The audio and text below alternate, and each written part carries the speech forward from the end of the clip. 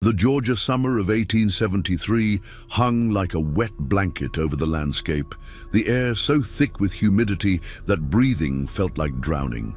Moss-draped oaks created tunnels of shadow along the dirt road leading to Covenant Hill, a religious settlement tucked away from civilization's prying eyes. The colony had established itself 15 years prior, founded by Reverend Elijah Blackwood, a man whose sermons were said to make even the most hardened sinners weep with conviction. Sarah Harlow pulled her horse to a stop at the crest of the hill, surveying the collection of wooden buildings below. The settlement was larger than she had expected, nearly 40 structures arranged in concentric circles around a white chapel that gleamed unnaturally bright in the afternoon sun. Fields of cotton stretched beyond, where figures bent in labor despite the punishing heat. "You won't find what you're looking for here, miss," came a voice from behind. Sarah turned to find an elderly black man sitting on a fallen log just off the path. His eyes, clouded with cataracts, seemed to look through her rather than at her. "I'm looking for my brother, Thomas Harlow," she said, dismounting. "He came here 6 months ago, and then his letters stopped." The old man nodded slowly. "They all stop writing eventually. Covenant takes them whole." "Ah, what do you mean by that?" Sarah asked, her hand instinctively moving to the small pistol hidden in the folds of her skirt. "Reverend says the outside world is poison.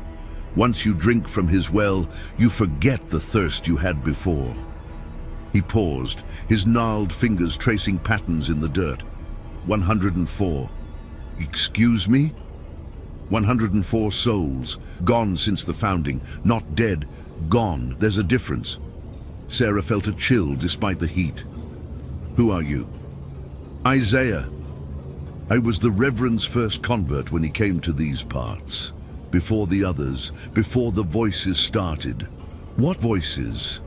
Isaiah's face contorted. "The ones that speak to him at night. The ones that aren't in any Bible I ever read." He stood suddenly, surprisingly spry. "You should leave this place, miss, but you won't. They never do." Before Sarah could respond, the sound of hoofbeats approached. 3 men on horseback emerged from the tree line, each wearing identical black coats despite the heat. Their leader, a man with a neatly trimmed beard and eyes the color of a winter sky, smiled at her. "Welcome to Covenant Hill, stranger. I'm Brother Silas, the Reverend's right hand. We don't get many visitors this far from the main road." "I'm looking for my brother," Sarah said, straightening her posture. "Thomas Harlow." Something flickered across Silas's face, recognition, then careful neutrality. "The Lord brings many lost sheep to our flock.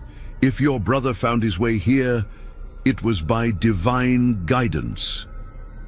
Sarah glanced back to where Isaiah had been sitting, but the old man had vanished as if he'd never been there at all. "Please," she said, turning back to Silas. "I just need to know he's safe." Silas's smile never reached his eyes. "All are safe in the embrace of Covenant. The Reverend will want to meet you." "We're preparing for evening service." He gestured toward the settlement. "You're welcome to join us. Perhaps your brother will be there." As they rode down into the valley, Sarah noticed details that had escaped her initial observation. The windows of many houses were covered with dark cloth from the inside. Children played in yards, but fell silent as the group passed.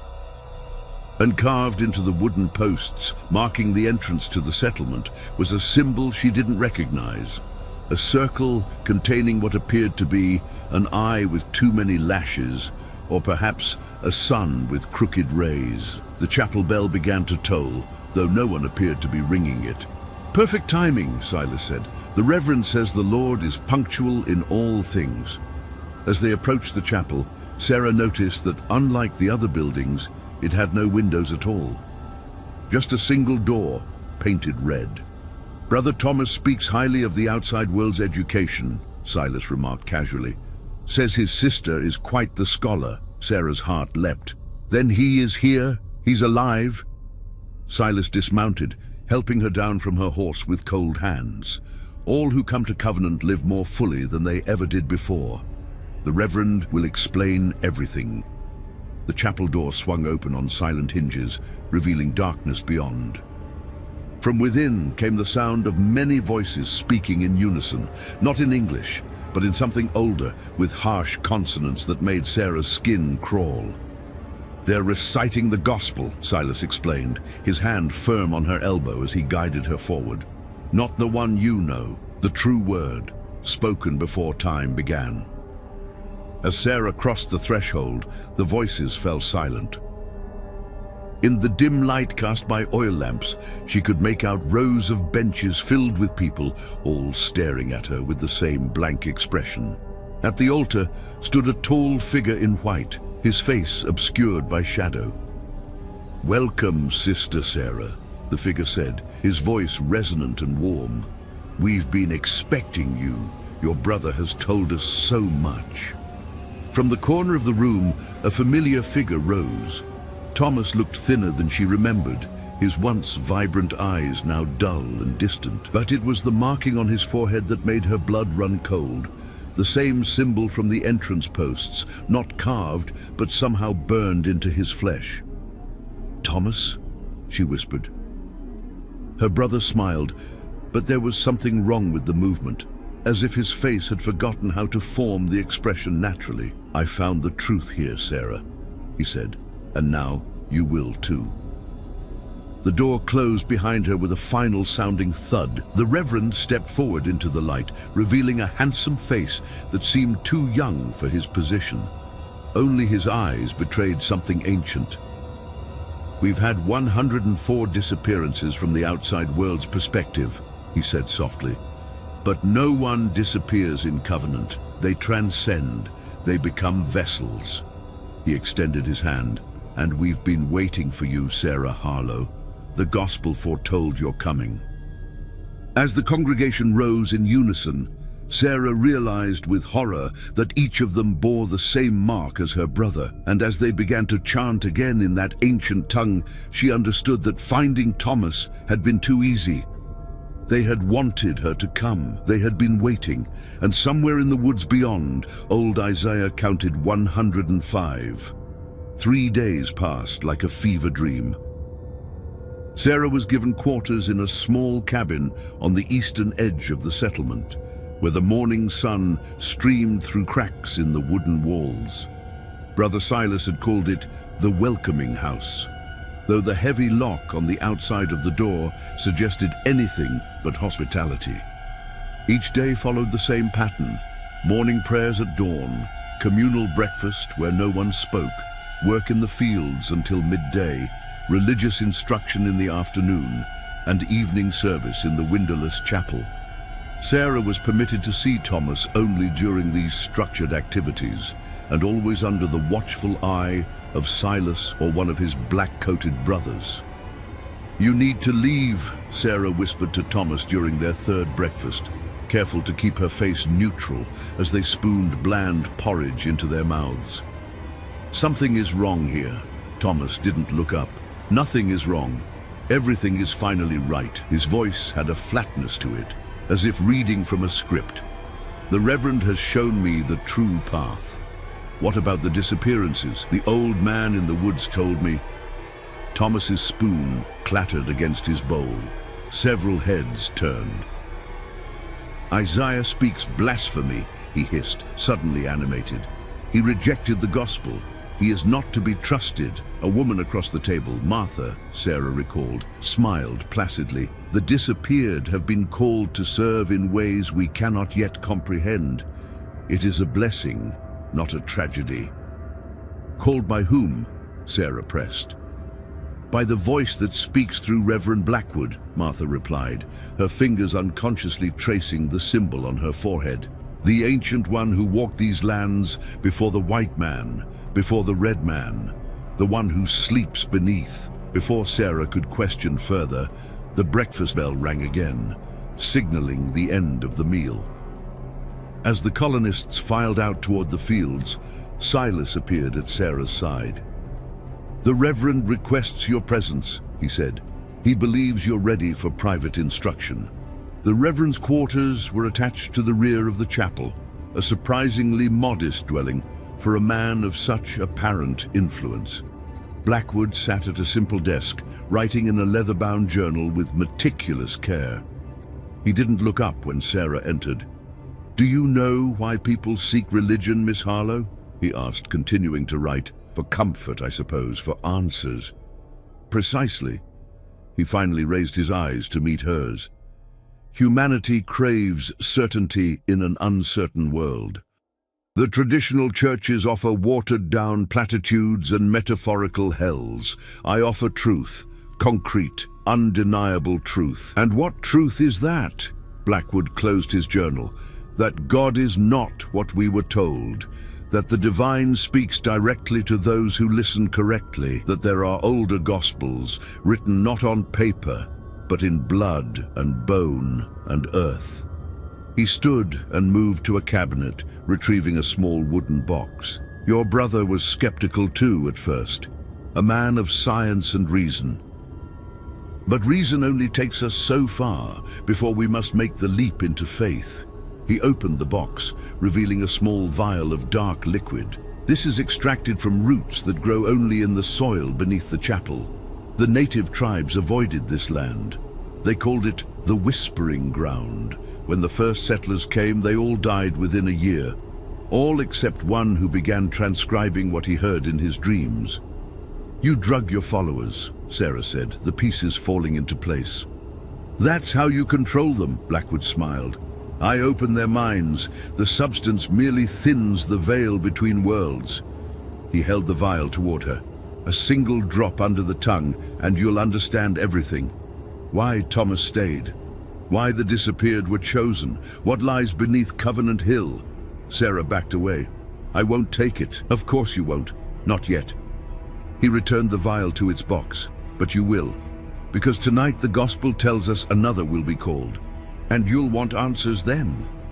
A cold dread settled in Sarah's stomach. "What do you mean?" "Every full moon the voice selects a vessel, one who will serve beyond the veil." His eyes gleamed with fervent intensity. "Tonight is the full moon, Miss Harlow, and your brother's name has been spoken." Sarah lunged forward, grabbing Blackwood by his pristine collar. "If you harm Thomas..." The door burst open as Silas and two other men rushed in, pulling her away. Blackwood straightened his clothing, unperturbed. "Your concern is misplaced," he said calmly. "Being chosen is the highest honor. The disappeared aren't dead, Miss Harlow. They're transformed. They become conduits for something greater." As the men dragged her from the room, Sarah caught sight of a map on Blackwood's wall, the colony's layout, but with strange markings and lines connecting various buildings. She realized with a shock that from above, the settlement's design wasn't random at all.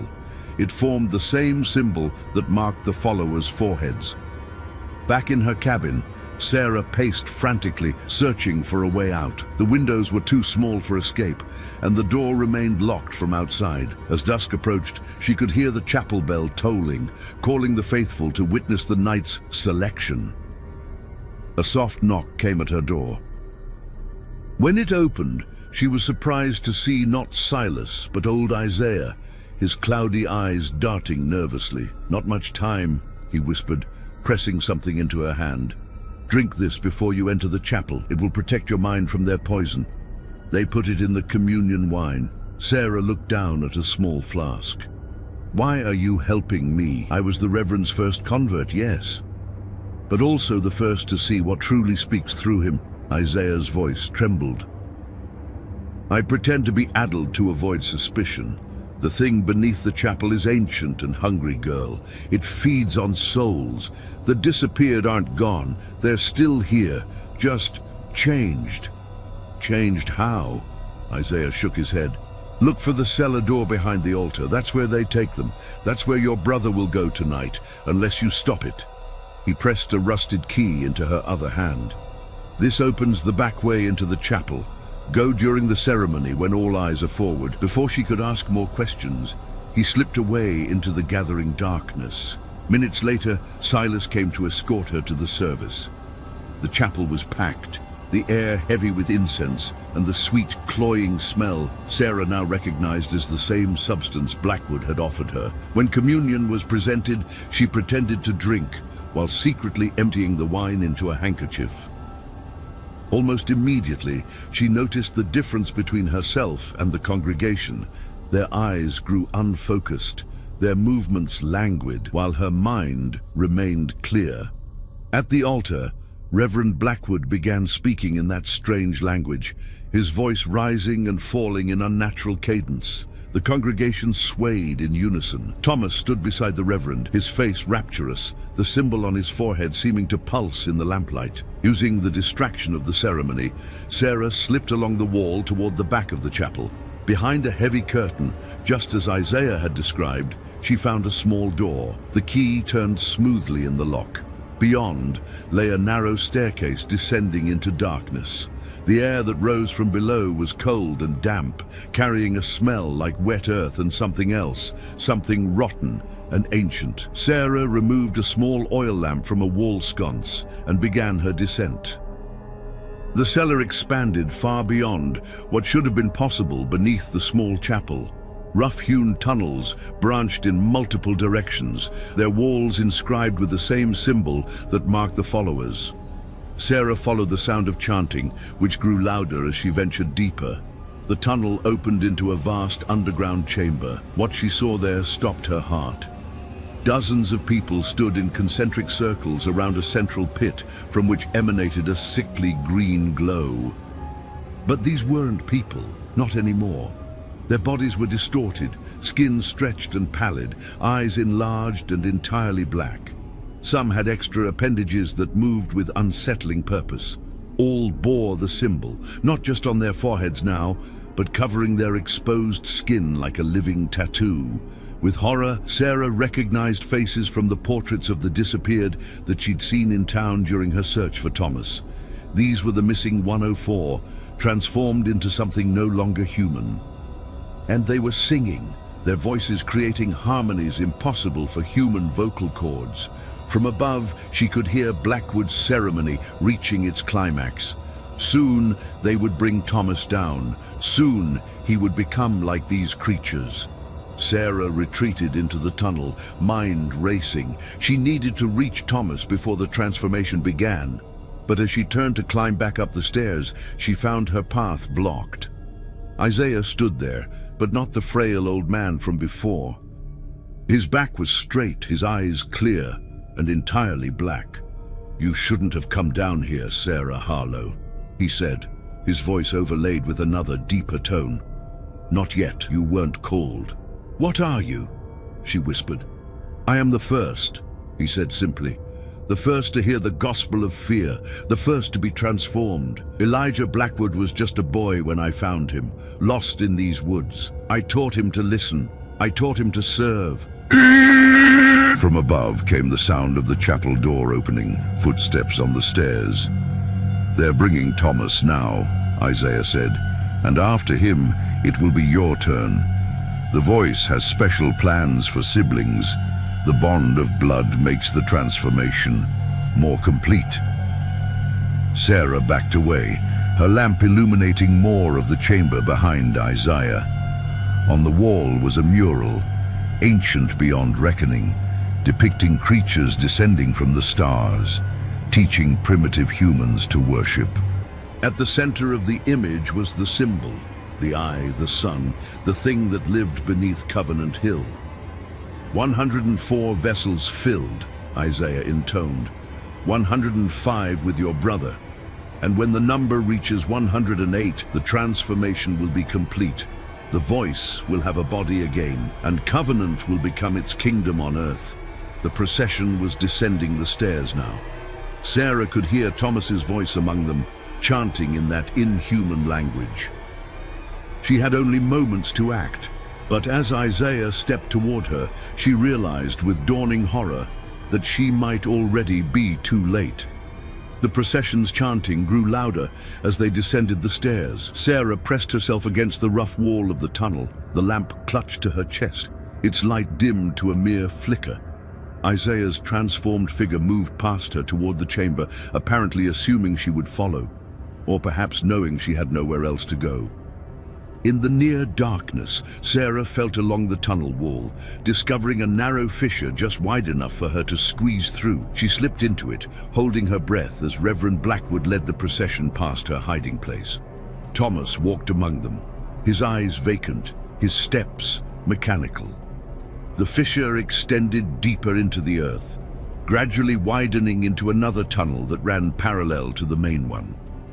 Sarah followed it, the weak lamplight revealing crude pictographs etched into the stone, images far older than the colony, depicting the same eye-like symbol and humanoid figures prostrating themselves before a looming presence. The tunnel eventually rejoined the main chamber from another angle, allowing Sarah to observe unseen from behind a natural stone column. The transformed colonists, the disappeared, had formed a complete circle around the pit. Reverend Blackwood led Thomas to its edge. "The voice has chosen you, Brother Thomas," Blackwood intoned. "Your flesh will become vessel, your mind will become conduit, your soul will feed the awakening." The green glow from the pit intensified, casting sickly shadows across the gathered congregation. Sarah could now see that the pit wasn't merely a hole in the ground. It was a perfectly circular shaft that descended far deeper than her light could penetrate. And something was moving within it, something vast and fluid, like living shadow. "Witness the gospel of fear," Blackwood continued, raising his arms. "The truth that came before all other truths. The word that was ancient when mankind first crawled from the mud." The transformed colonists began a new chant, their distorted bodies swaying in unison. From the pit rose tendrils of darkness that seemed to absorb rather than reflect the green light. They coiled around Thomas's ankles, slowly climbing his legs. Sarah had to act, but what could she do against so many? Her eyes darted around the chamber, seeking anything that might help. Near the base of one wall, partially hidden behind a stone altar, she noticed something incongruous with the ancient surroundings. A wooden crate with modern stenciling, mining supplies. The colony's isolation and religious facade had provided perfect cover for another operation. Someone, perhaps Blackwood himself, had been excavating. But for what purpose? As the dark tendrils reached Thomas's waist, Sarah made her decision. Keeping to the shadows along the chamber's perimeter, she crept toward the supplies. Inside the crate, she found exactly what she'd hoped for: blasting powder, fuses, and percussion caps, standard mining equipment for the era. With trembling hands, she assembled a crude explosive device. Her father, a mining engineer, had taught both her and Thomas the basics during their childhood. Knowledge he'd imparted for safety was now her only weapon. At the pit, the ceremony reached its climax. Thomas was now suspended above the shaft, the dark tendrils having enveloped most of his body. Only his face remained untouched, his expression one of ecstatic surrender. "Receive the mark of transcendence," Blackwood called out.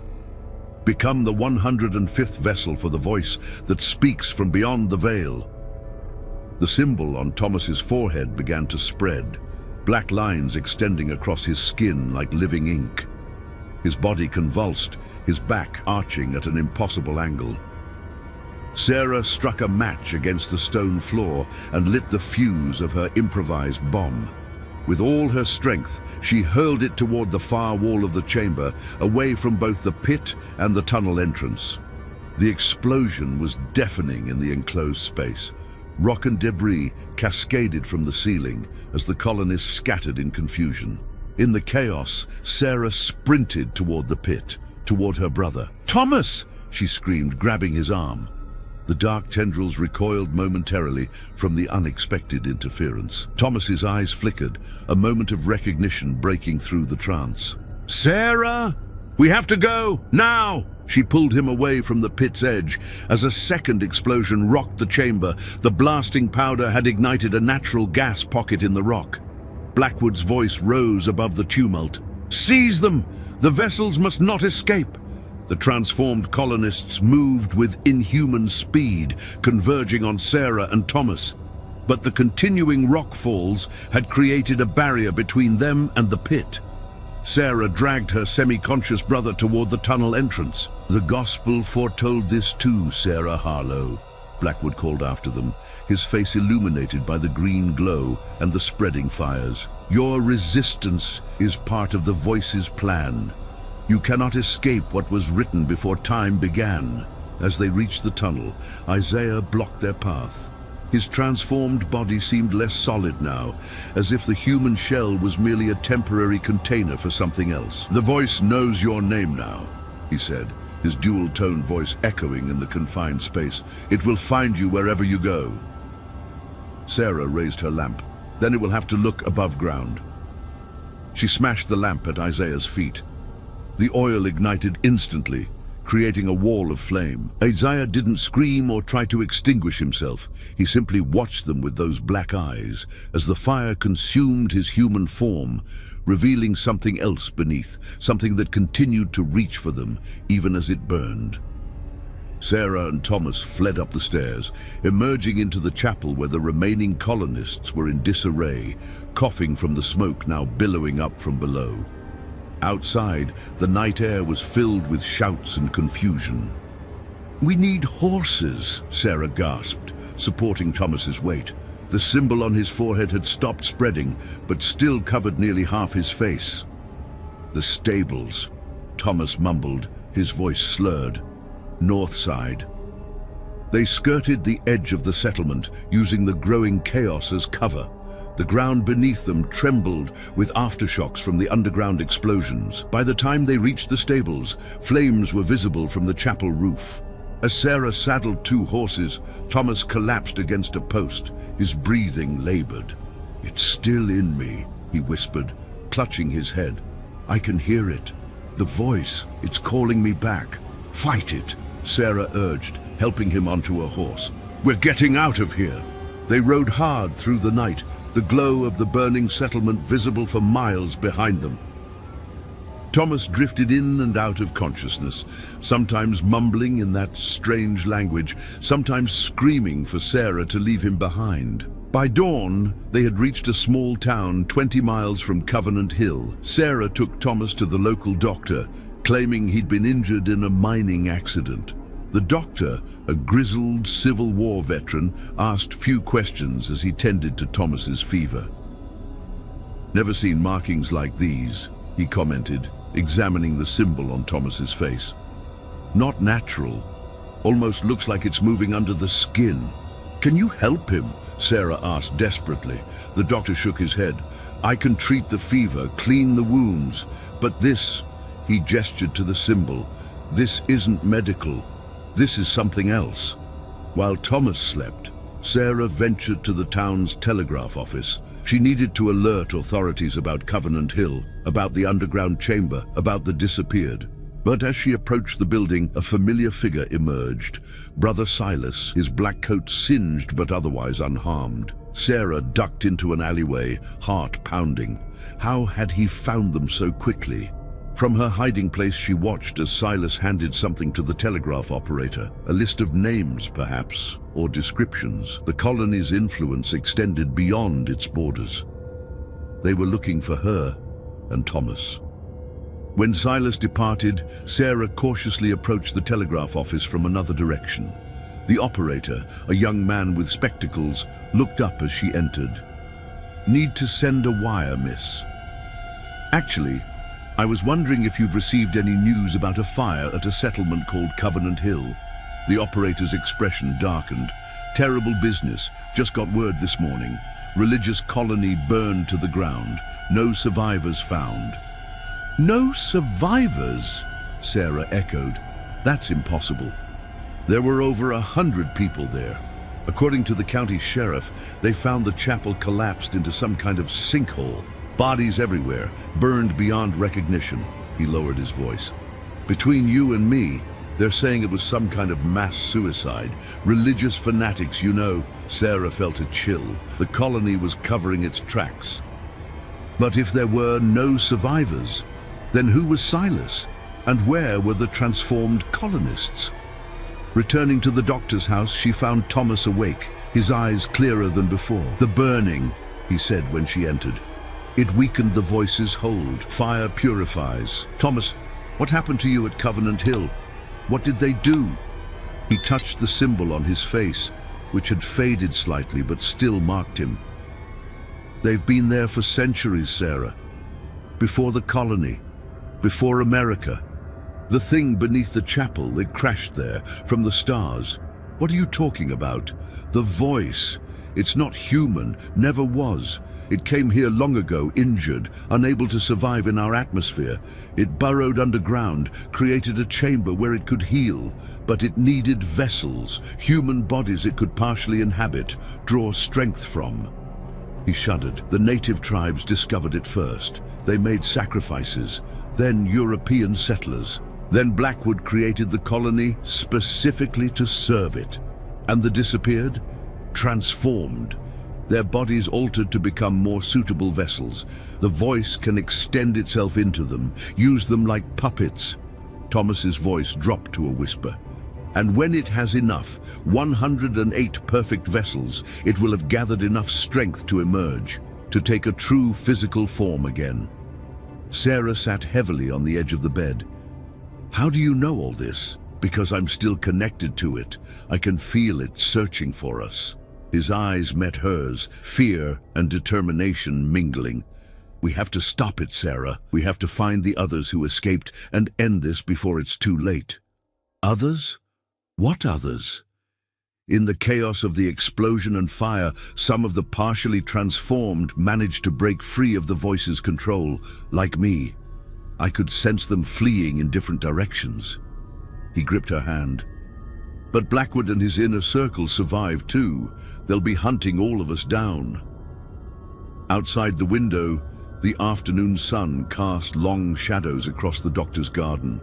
In one of those shadows, Sarah thought she saw a figure standing perfectly still. A figure with the proportions of a man, but somehow wrong, as if the bones beneath the skin were arranged differently. "We need to leave," she said, pulling Thomas to his feet. "Now." As they slipped out the back door of the doctor's house, Sarah realized that escaping Covenant Hill had been only the beginning. The real horror was knowing that the colony's influence extended far beyond those woods in Georgia, and that the gospel of fear was still being preached, still claiming new vessels, and somewhere, in the ruins of that burning settlement, something ancient was stirring, counting its losses, and preparing to reclaim what had escaped. 104 vessels had disappeared from the world's reckoning. Thomas would have been the 105th, and the voice still needed 3 more to complete its awakening. The hunt had only just begun. 3 weeks after their escape from Covenant Hill, Sarah and Thomas had established a tenuous hiding place in New Orleans. The bustling port city, with its mixture of cultures and constant flow of travelers, provided a degree of anonymity that smaller towns couldn't offer. They had taken rooms above a Creole apothecary shop in the French Quarter, whose owner, Madame Laveau, asked few questions, but seemed to recognize the symbol on Thomas's face with a knowing fear. "Old magic," she had whispered when they first arrived, her fingers making a protective sign. "Not from this land, not from any land of men." Thomas's condition fluctuated daily. Some mornings he woke clear-eyed and lucid. The symbol on his face faded to a faint outline. On those days, he would help Sarah research, scouring newspapers for reports of strange occurrences or unexplained phenomena that might indicate the presence of other escaped vessels or Blackwood's pursuing followers. Other days, Thomas would wake screaming in that inhuman language, his body contorted, the symbol vivid and pulsing beneath his skin. On those days, Madame Laveau would burn certain herbs in his room and make him drink bitter teas that seemed to quiet the voice's influence. "It calls to me," Thomas explained during one of his lucid periods. "The more vessels it gathers, the stronger the call becomes. It knows where I am, Sarah. Always." Sarah had taken to carrying a small pistol and a vial of lamp oil wherever she went. Fire seemed to be the one thing that disrupted the voice's control, if only temporarily. Their research had yielded disturbing patterns. In the weeks since the Covenant Hill fire, there had been reports of strange disappearances and inexplicable deaths across the South. A family of 4 in Alabama found in their beds with bizarre markings covering their bodies. A riverboat captain in Mississippi who claimed to see passengers with wrong faces before he went missing. A parish priest in Louisiana who reportedly began speaking in an unknown language during Mass before vanishing that same night. "They're gathering the escaped vessels," Thomas said, marking locations on a map they'd pinned to the wall. "And they're creating new ones to replace those they lost in the fire." "But why?" Sarah asked. "What does this thing want?" Thomas's hand trembled as he set down his pencil. "To live again, to walk on the surface. The voice is ancient, Sarah. It remembers a time before humans existed. It sees us as nothing more than convenient vessels, tools to be used and discarded." A knock at their door interrupted them. Sarah reached for her pistol, but Thomas shook his head. "It's Madame Laveau," he said. "I can sense her." The Creole woman entered, her dark eyes troubled. "You have a visitor," she said. "A man who bears the same mark as your brother, though he hides it beneath a hat." Sarah and Thomas exchanged glances.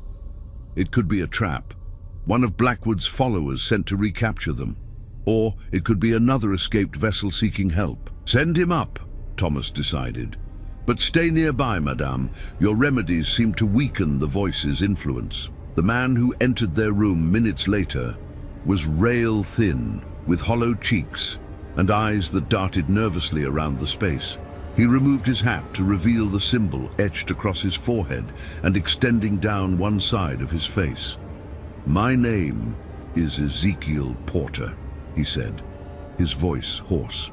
"I was to be the 98th vessel before the fire. I've been running ever since." "How did you find us?" Sarah demanded, her hand still near her pistol. "The voice knows where all its vessels are," Ezekiel replied. "But the connection works both ways. Those of us who escaped can sense each other if we're close enough." He looked at Thomas. "There are 7 of us now, scattered across 5 states. All incomplete transformations, all fighting the call to return." "And Blackwood?" Thomas asked. "The inner circle."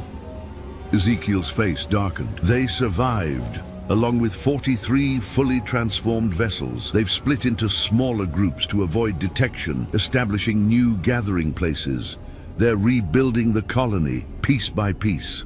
He reached into his coat and withdrew a folded newspaper. "But that's not why I risked coming here. You need to see this." The newspaper was from a small town in northern Georgia. The headline read, "Mysterious illness claims 12 lives, dozens more afflicted." The article described symptoms including fever, black markings on the skin, and victims speaking in unknown languages before falling into comas. "It's happening again," Ezekiel said, "but faster this time, more aggressive. The voice is impatient after the setback at Covenant Hill." Sarah studied the map on their wall. The new outbreaks form a pattern, she realized, tracing a line between the locations. "They're creating a larger version of the symbol." Thomas nodded grimly. "The colony was just one node in a greater design.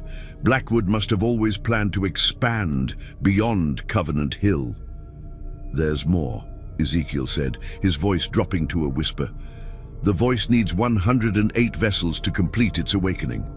Before the fire, it had 104, despite losing some in the escape. With these new conversions, they're approaching the threshold again." "How much time do we have?" Sarah asked. "The final ritual requires a celestial alignment, the Hunter's Moon," Ezekiel explained. "It happens in 6 weeks. By then, Blackwood needs all 108 vessels in place at the primary node." "And where is this primary node?"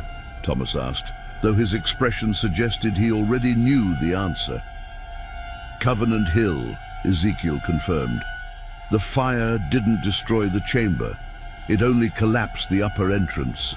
The voice still dwells below, gathering strength." Madame Laveau, who had been listening silently by the door, stepped forward. "This thing you speak of, it is not the first of its kind to come to our world. The old stories of my people tell of star demons who fell from the sky, who whispered madness to those who would listen." She approached Thomas, examining the symbol on his face with practiced eyes. "The mark fades when the connection weakens. If we could sever it completely." "Is that possible?" Sarah asked, hope rising for the first time in weeks. "Perhaps." The older woman's face was grave. "But it would require powerful counter-magic, and we would need to understand exactly what binds him to this voice." Ezekiel cleared his throat. "I may know someone who can help with that. Another escapee, a woman named Ruth. She was Blackwood's assistant before she began to question the gospel. She has access to his private journals, records dating back to the colony's founding." "Where is she now?" Thomas asked. "Charleston. She's been translating the oldest texts, trying to find weaknesses in the voice's power." Ezekiel hesitated, "But reaching her won't be easy. Blackwood's followers are watching the railways and major roads. They have eyes everywhere." As if to confirm his warning, a commotion erupted from the street below. Sarah moved to the window and peered through the lace curtains. 3 men in black coats were questioning merchants across the street, showing them something, a drawing or photograph. "They've found us," she said, stepping back from the window. "We need to leave, now."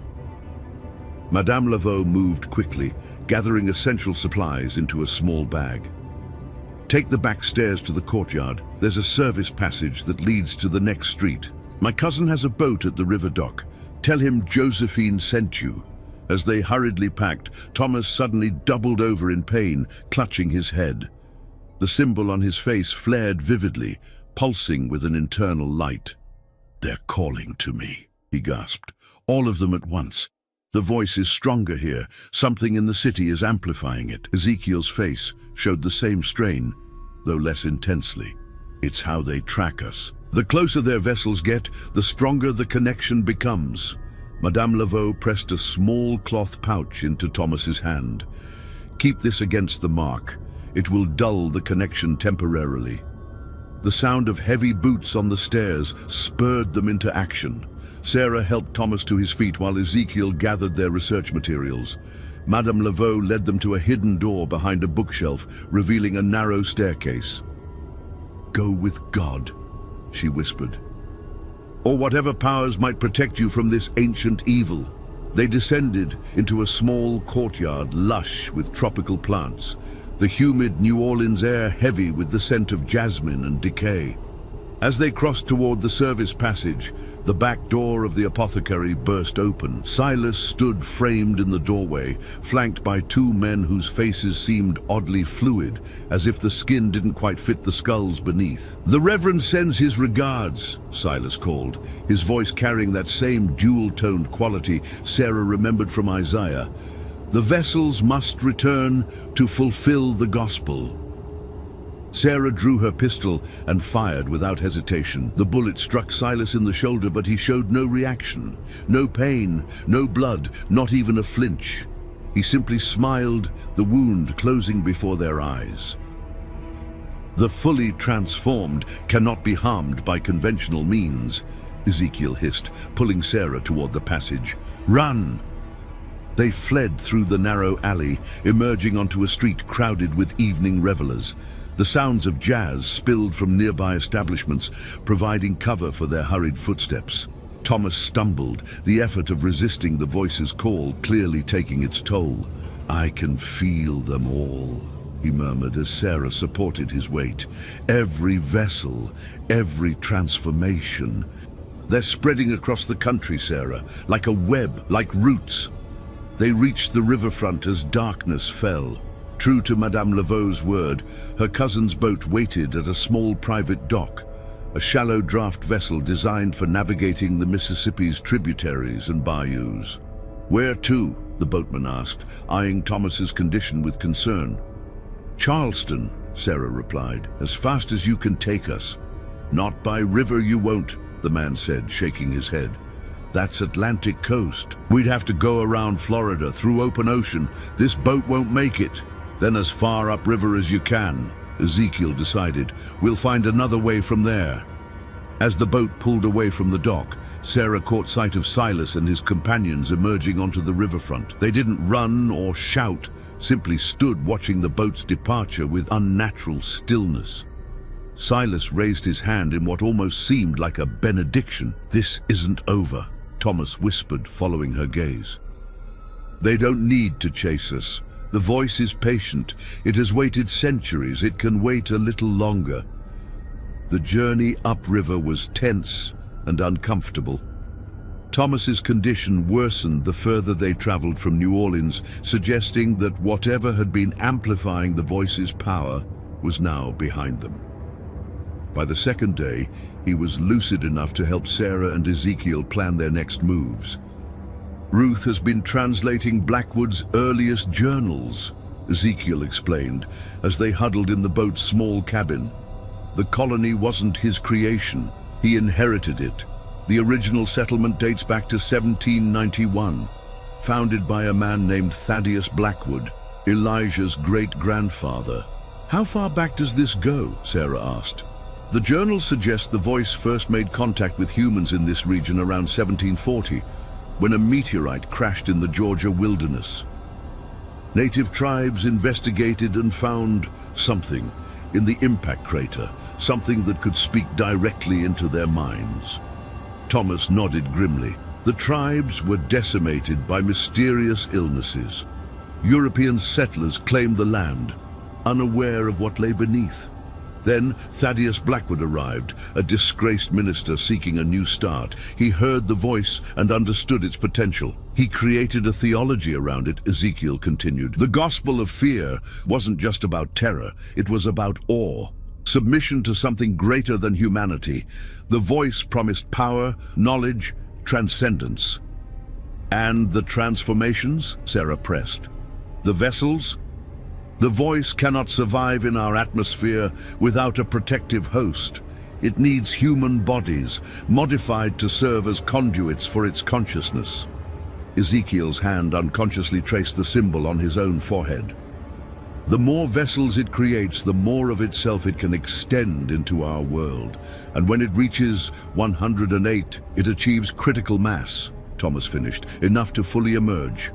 The boat rounded a bend in the river, revealing a small settlement on the eastern bank. The boatman called down to them. "This is as far as I go. There's a railway station in town. You can catch a train east from here." As they disembarked, Sarah noticed Thomas studying the settlement with a troubled expression. "What is it?" she asked. "The symbol," he said quietly, pointing to the town's layout. "Look at the arrangement of the buildings, the roads. It's subtle, but it's there." Sarah felt a chill as she recognized the pattern, the same eye-like design that had marked Covenant Hill, now embedded in this town's very structure. "They've been planning this for generations," Thomas whispered. "Establishing nodes across the country, building the pattern piece by piece. Covenant Hill was just one component of something much larger." At the railway station, they purchased tickets for the next train east, using the last of the money Madame Laveau had provided. As they waited on the platform, Ezekiel suddenly stiffened. "We're not alone," he murmured, his eyes scanning the sparse crowd. "I can feel another vessel nearby." Thomas nodded, his face tense. "I feel it too. Not fully transformed, but connected." Sarah's hand moved to her pistol. "Blackwood's follower?" "No," Thomas said, his voice uncertain. "The connection feels different, resistant like us." A woman in a plain traveling dress approached their bench, her face partially concealed by a bonnet. When she spoke, her voice was barely above a whisper. "The gospel lies. The voice deceives. The 108 will bring not transcendence, but consumption." Ezekiel relaxed slightly. "You're one of us, an escapee." The woman nodded, briefly tilting her head to reveal the familiar symbol etched into her skin. "Rebecca Winters. I was at Covenant Hill when the fire started. I've been running ever since." "How many of us are there now?" Thomas asked. 12 that I know of, Rebecca replied. Scattered, hiding, fighting the call, but we're losing. 3 returned to the fold last week. The pull was too strong. Her eyes darted nervously around the station. And they're getting better at finding us. The fully transformed can sense us from miles away now. The train whistle sounded in the distance. Rebecca leaned closer. Don't go to Charleston, she warned. Ruth was compromised. Blackwood's inner circle found her 2 days ago. Sarah felt her heart sink. Is she transformed? Completely. They accelerated the process as punishment for her betrayal. Rebecca pressed a small journal into Ezekiel's hands. But she managed to send this out before they took her. It contains translations of the oldest texts, including something about the voice's weakness. As the train pulled into the station, Rebecca stood. I'm heading west. The connection is weaker there, beyond the Mississippi. Some of us are gathering, trying to find a way to fight back. Come with us, Sarah urged. We're stronger together. Rebecca shook her head. Too dangerous. The voice can use any one of us to find the others if we're grouped too closely. She nodded toward the journal. The answer is in there. Find it before the hunter's moon. With that, she disappeared into the crowd as passengers began boarding the train. The journal contained Ruth's meticulous translations of texts dating back to the voice's first contact with humans.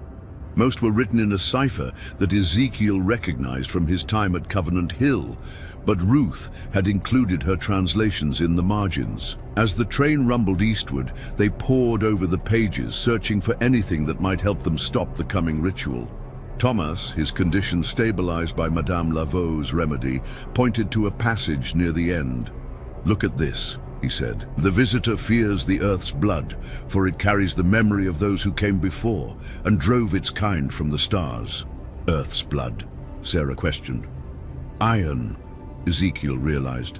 Meteoric iron specifically. Iron that came from space, that fell to Earth in the same way the voice did. Thomas nodded excitedly.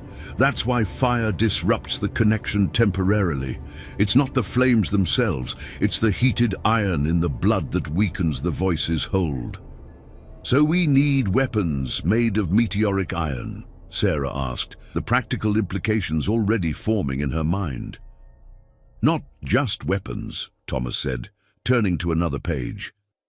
Ruth translated a description of the original binding ritual used by the native tribes who first encountered the voice. They couldn't destroy it, but they contained it using a circle of meteoric iron buried around the impact site. A binding that Thaddeus Blackwood must have broken when he established the first settlement, Ezekiel added. Sarah studied the crude diagram Ruth had copied from the original text. So we need to recreate this binding circle at Covenant Hill before the hunter's moon, before they gather all 108 vessels. Thomas's expression was grim. It won't be easy. The fully transformed will defend the site. And we'd need enough meteoric iron to complete the circle. It's incredibly rare. Not as rare as you might think, came a voice from the compartment door. They looked up to find a man in a conductor's uniform watching them. But as he removed his cap, they could see the symbol faintly visible on his forehead, nearly faded, just a shadow of what it had been. James Harker, he introduced himself. I was at Covenant Hill 3 years ago. I escaped during a previous ritual, been fighting the call ever since. He nodded toward the journal. And I might know where we can find your meteoric iron. The hunter's moon hung low and bloated in the sky, casting an amber glow over the Georgia wilderness. 6 weeks had passed since their escape from New Orleans. 6 weeks of narrow escapes, clandestine travel, and desperate preparation.